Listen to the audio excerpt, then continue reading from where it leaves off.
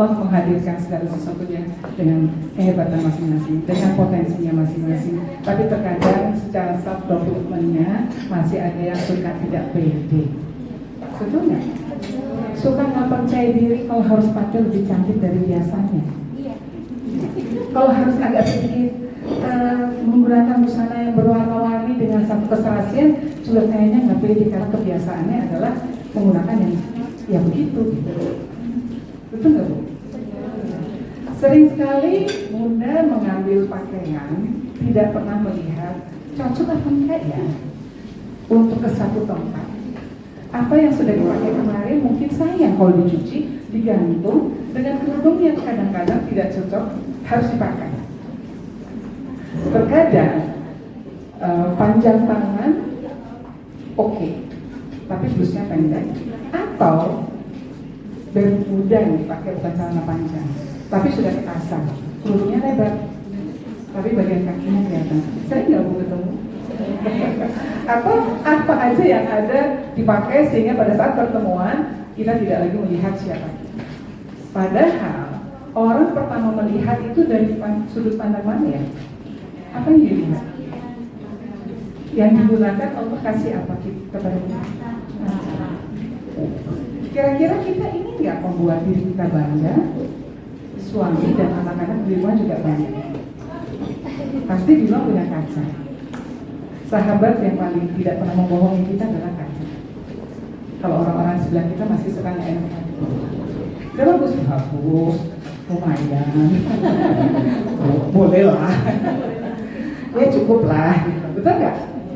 Tapi kalau kaca, kalau sudah bilang kurang tepat, jangan maksa nih. Gitu. Alhamdulillah saya bersama dulu dengan Bu Marta sudah dulu 27 provinsi saya berkunjung. Rata-rata hampir sebagian perempuan itu kurang care, hanya mempedulikan apa yang ada di rumah.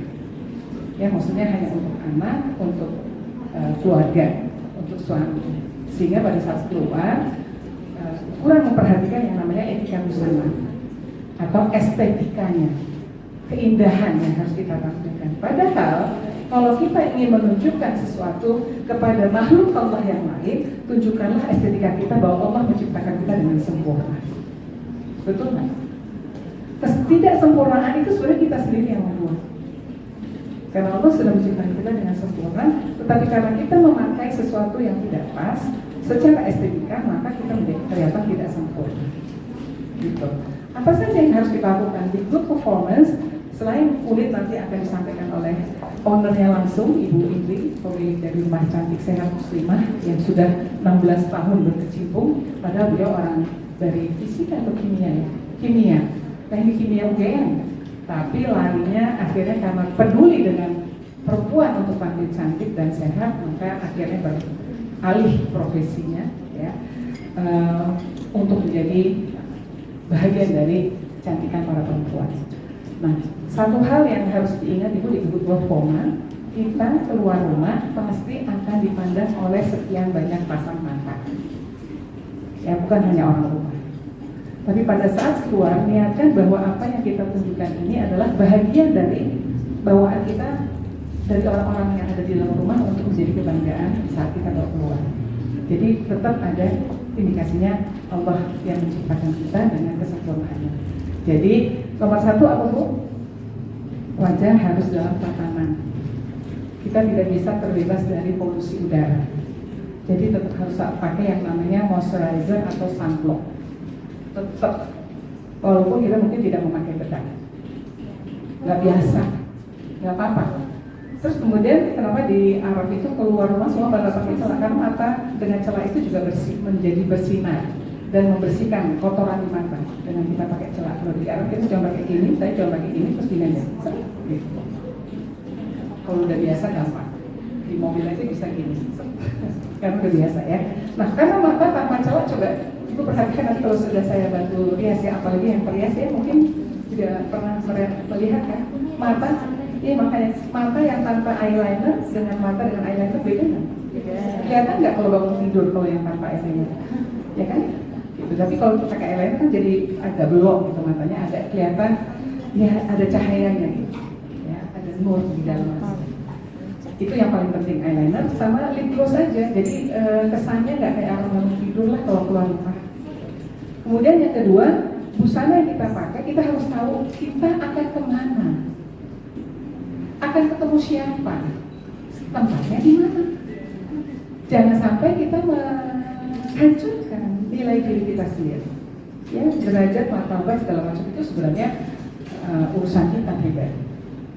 Ya, kalau kita ingin mengangkat harkat martabat kita, ya kita harus menciptakan tampilan yang bisa mengangkat diri kita. Gak usah mahal, gak harus selalu mewah, ya kan? Cukup satu baju katun kita panjangkan, tapi harus rasik dengan kerudungnya. Jadi kalau ibu punya motif pada busana panjangnya atau dua pieces ya di busananya, kerudungnya harus punya yang polos. Kalau sudah motif, tapi kalau ibu tidak punya yang kalau ibu punya bajunya polos akan lebih gampang dengan motif. Tetapi juga jangan sampai tabrakan. Ya, kalau boleh saran saya, setiap kali ibu membeli sesuatu, cari dulu busana apa yang akan ditambahkan kombinasi di kerudungnya, dibawa ke toko kerudung. Jangan sampai kayaknya hijau, kayaknya toska, kayaknya sampai rumah nggak cocok. Yang ada menumpuk dan mubazir. Betul apa enggak? Iya. Dan salah satu syarat untuk memilih, lemparkan kain itu di bahu, lihat kaca kepantulan badan kita. Apakah menambah muda di wajah kita, atau semakin terlihat kusam, jadi tua gara-gara warna? Ada nggak Bu, warna yang membuat kita menjadi kusam atau tua? Hanya gara-gara, kok itu bagus ya makainya, si A bagus, si B kok keren, tapi pada saat kita pakai kok jadinya kusam. Maka jangan pernah hanya melihat dari tampilan orang lain, karena kulit kita berbeda dengan kulit mereka. Ekspresi kita juga berbeda dengan ekspresi mereka. Isi di dalam jiwa ini juga berbeda dengan jiwa mereka. Jadi kadang-kadang kita terbawa tampilannya casual ya. Casual tuh terlalu santai, busana yang santai, tapi ada juga yang inginnya elegan tampilan. Nah, apa yang mau dipilih? Ini kalau dibahas banyak lebar. Satu semester sendiri khusus busana. Panjang loh, ya dulu Marta mengajarkan luar biasa banyaknya dari atas sampai bawah, aksesoris sampai sepatu, tas, semuanya panjang lebar sampai harus pakai kacamata, jam tangan kepanjangan ya. Kita ambil yang penting aja. Saat keluar rumah, perhatikanlah kita mau kemana, ketemu siapa, tempatnya di mana, lokasinya itu panas atau dingin. Ya, kemudian duduknya di kursi atau lesehan, itu juga harus perhatikan.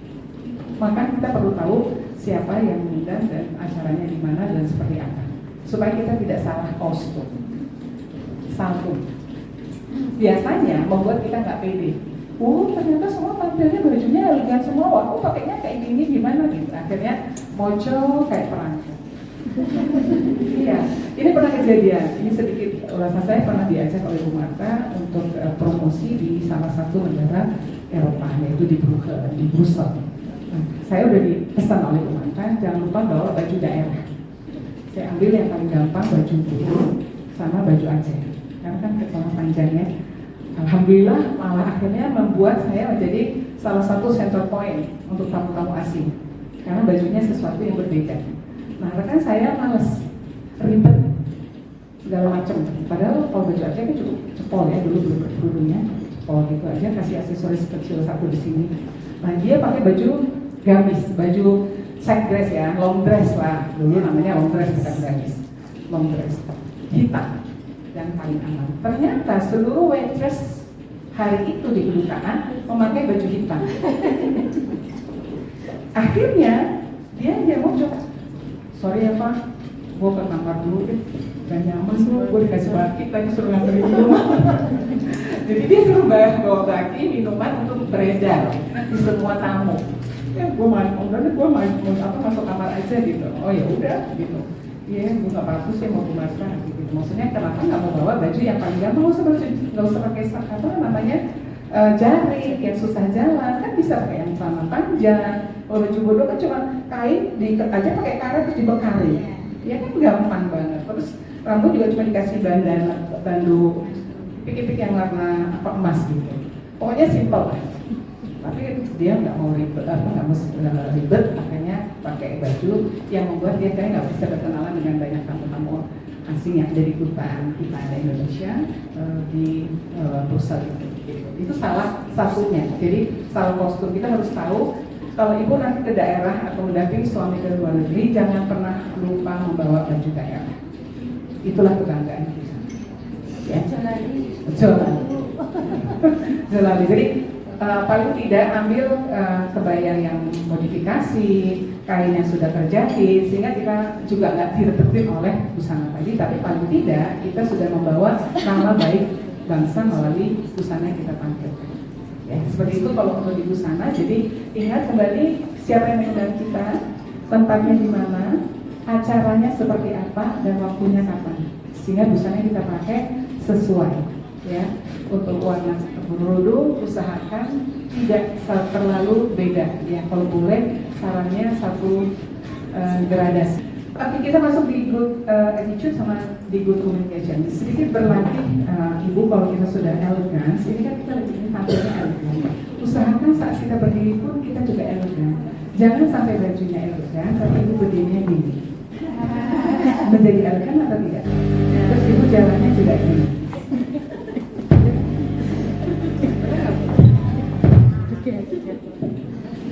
Jalan gini bu.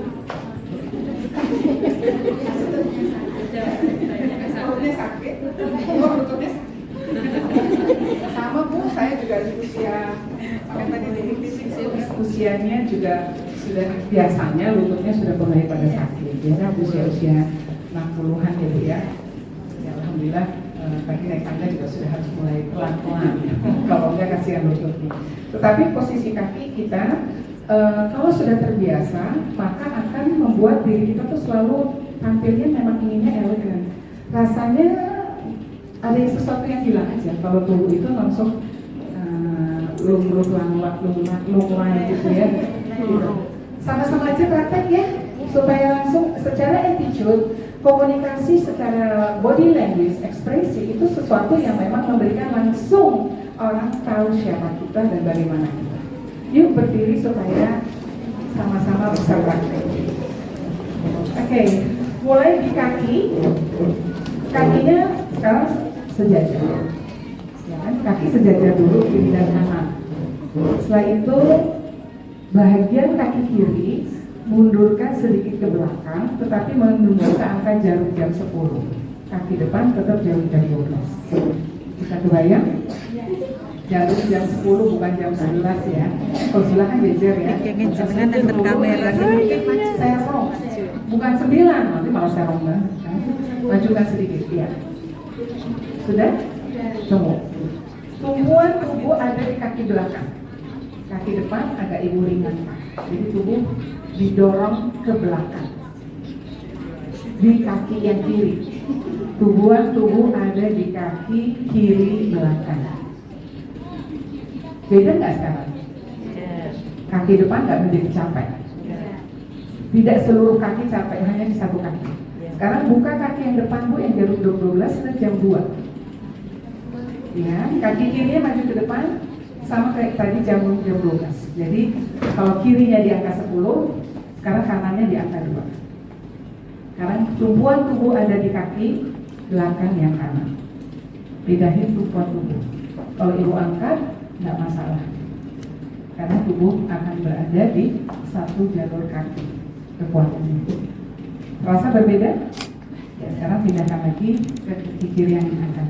Gak usah diangkat kakinya, cuma buka, majukan, ya, mundur ke belakang, tutup. Jadi orang yang lain jangan ngelihat kaki kita jangan lihat kaki. Ngobrol hanya pindahin kaki aja, gitu loh. Posisi depan tetap ngobrol ya. Nah sekarang tarik otot perutnya tuh. Nafasnya tetap, jangan tarik nafas. Tarik otot perutnya ke dalam. Nafasnya tetap. Jangan sampai ekspresi wajahnya jadi tegang. Ini ada yang wajahnya tegang. Jangan, otot perutnya aja. Terasa nggak tubuhnya jadi naik ke atas? Terasa. Nah, sekarang ibu boleh lihat ke sebelahnya, ke temannya. Beda nggak?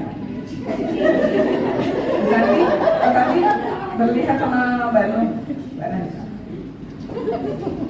Jangan terlalu jauh kakinya, dekat aja antara satu kaki dan yang lain. terus otot turunnya ditarik, beda nggak? Coba ibu lihat ke sebelah sana temannya, kelihatan lebih gagah nggak? Coba turunkan, tarik lagi ototnya, beda nggak? Ya. Kalau kita berbicara seperti ini, kira-kira di depan kita melihat elegansi nggak di dalam itu? Elegan nggak? Kelihatan feminin, perempuan gitu, ya. Oke, silakan duduk dulu. Nanti ke depan. Ya, saya Oke, semuanya yang lain bisa melihat kembali ya. Jadi posisi kaki hanya sedikit saja di depan kaki, bukan jauh. Nanti kan ibu-ibu malah mudah-mudahan nggak bisa jalan ya. Di sebelahnya aja, lingkaran yang ini. Tarik otot perutnya. Nah, kalau bicara posisinya, kalau lihat para presentatif kan rata-rata dia tidak jatuh gini. Kalau tubuhnya gini kira-kira lucu nggak? Ya kan? Jadi tangannya ada di sekitar lekukan sini. Jadi ngobrolnya jadi enak. Oh, digini kan boleh.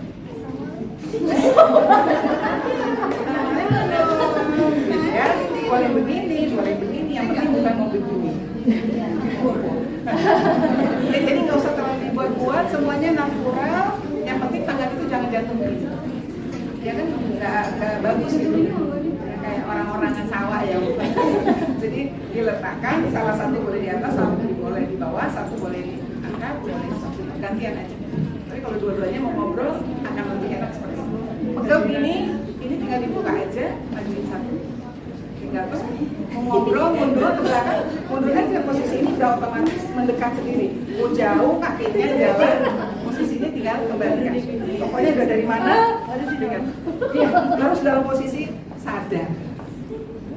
Lagi begini, oh ini kejauhan kakinya. Itu udah tinggal digeret aja. Jadi nggak usah dipindah-pindah, bingung. Seret aja, geret aja, gitu. Ini semua menjadi memang kebiasaan. Makasih banyak ya Bu Santi, sudah jadi model mendadak. Tapi besok bisa dilatih untuk kalau hari Ibu ya, mendekati hari Ibu, dan teman-teman bisa waktu jalan sudah bisa melakukan kegiatan ini. Kondisinya kalau jalan pun, kalau sudah seperti ini, Ibu akan jalan selalu di depan kaki, tidak di samping. Tapi kalau terbiasa berdirinya begini, maka jalannya otomatis jadi begini. Itu otomatis. Tapi kalau berdirinya kaki di depan itu selalu lurus, maka posisi kaki yang di depan lurus dan kaki belakangnya ikut lurus. Di depan kaki aja, jangan silang juga, nanti malah jadi aneh. Tetap natural, tetapi lebih elegan gitu. Yang penting jangan lupa otot perutnya ditahan. Sama waktu duduk juga sama. Jadi waktu duduk kakinya juga seperti ini, posisi duduknya juga sama.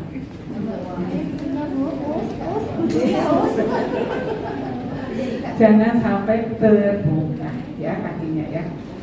Oke, bisa praktek di rumah ya. Walaupun cuma sedikit, tapi paling tidak mudah-mudahan bisa kayak gini. Ini nambah ya seperti itu ya. Oke, waktu duduk usahakan posisi lutut ibu bagian betis belakang ini sudah menyentuh kursi. Ya, sehingga tahu pada saat duduk kita sudah ada kursi di belakangnya. Nah, waktu duduk usahakan posisi baju ini dirapikan oleh tangan yang satu.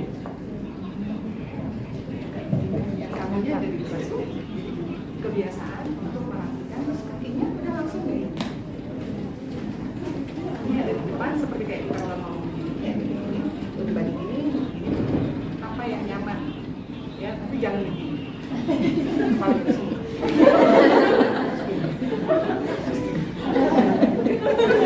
Gini, kaki tuh, ada masuk angin selesai kamu. Sering gabung lihat ini. Terus kalau lagi nih, boleh nggak sih kita menjalankan kaki?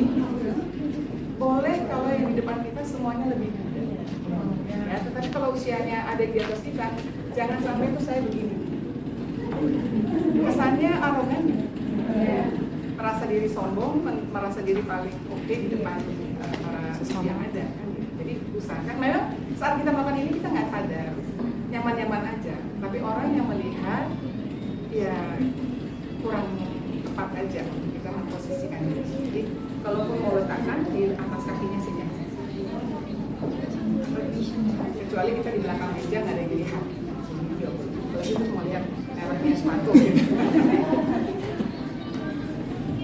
Oke, baik Ibu, itu adalah bagian dari bahasa tubuh kita. Kalau kita membaca buku psikologi juga banyak ekspresi wajah yang usahakan kita selalu kondisi tadi sama yang sering sampaikan, cantik itu karena banyak simbol.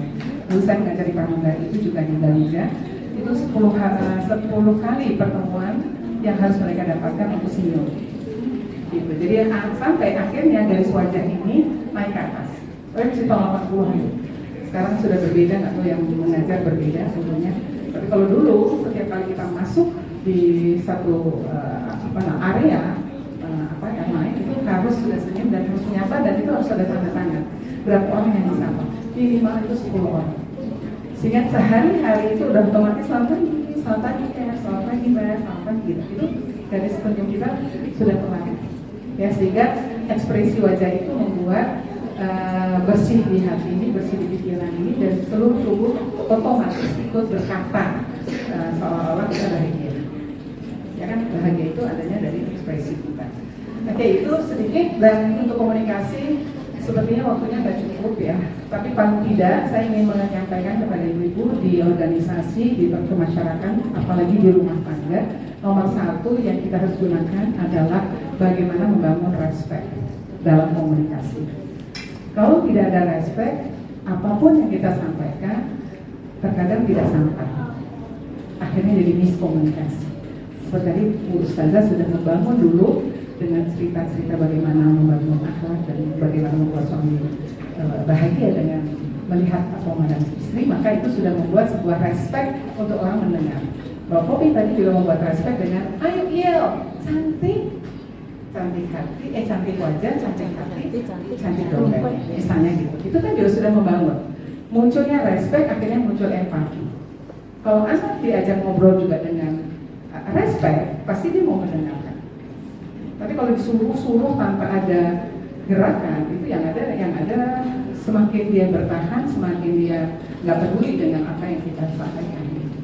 Kemudian rich ya Bu ya, biasanya saya menggunakan rich. Respect, empati, kemudian audible, jadi pendengar yang baik. Untuk bisa menjadi pembicara baik, kita harus jadi pendengar dulu yang baik, keinginannya dan sebagainya, sehingga kita bisa menyampaikan dengan baik. Kemudian clear, bahasanya jelas, jangan kayak kumur-kumur. Tujuannya juga harus ada makna, yaitu mainkan intonasinya, mainkan volumenya, mainkan nada suaranya, sehingga orang juga bisa mendapatkan apa yang kita ingin sampaikan. Clear. Kemudian yang terakhir humble. Sederhananya aja, nggak usah kita buat, mulutnya harus mencong-mencong kemana, matanya harus melotot-melotot kemana. Ada ya orang yang berbicara sampai seperti itu ya, sampai kan gini. Yang mau bicara aman, tapi yang mendengarkan nggak aman. Karena yang dia dengarkan akhirnya bukan isinya, tapi gerakannya. Ya nggak sih? Yang dia hafal, bolak-balik tubuhnya, bolak-balik ininya. Akhirnya gerak tubuhnya yang membuat ingatannya